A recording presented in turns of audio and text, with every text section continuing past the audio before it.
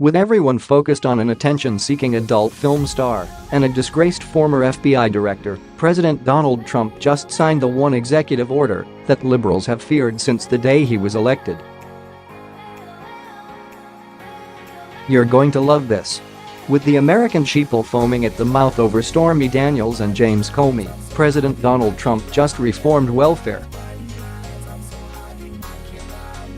He has signed an executive order to reduce poverty in America by promoting opportunity and economic mobility, and aims to do so by addressing the challenges of populations that may particularly struggle to find and maintain employment, including single parents, formerly incarcerated individuals, the homeless, substance abusers, individuals with disabilities, and disconnected youth.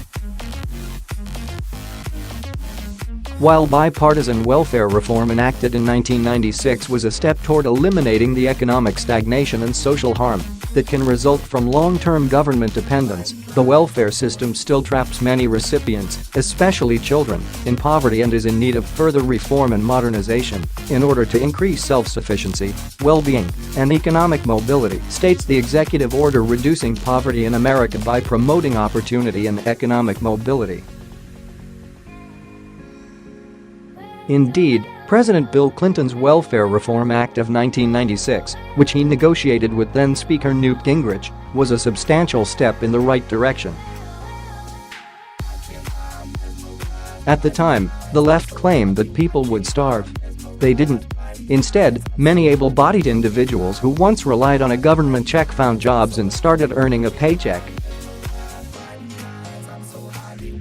Between 1996 and 2000, the employment rate for single mothers increased from 63% to 76%, according to the Nonpartisan Center on Budget and Policy Priorities.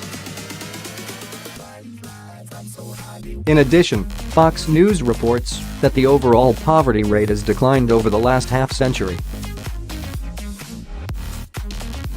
However, there is still work to be done, and President Donald Trump is diligently fulfilling one of his key campaign promises, namely, to reform a welfare system which too often rewards laziness and perpetuates the cycle of government dependence which leads to generational poverty.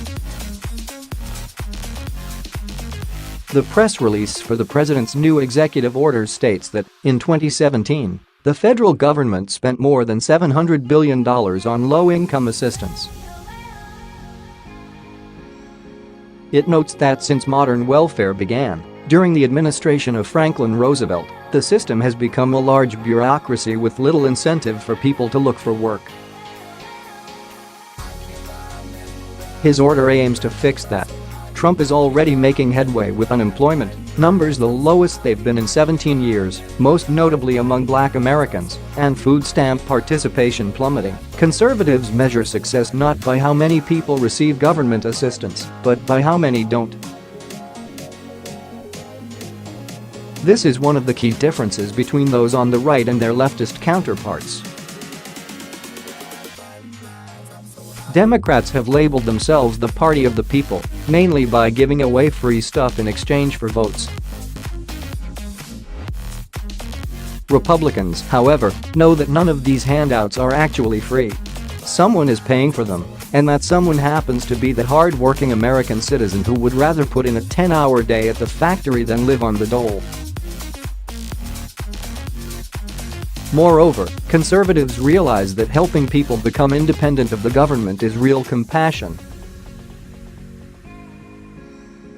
By contrast, ensuring that entire demographics are beholden to a certain political party for their welfare checks is modern-day slavery.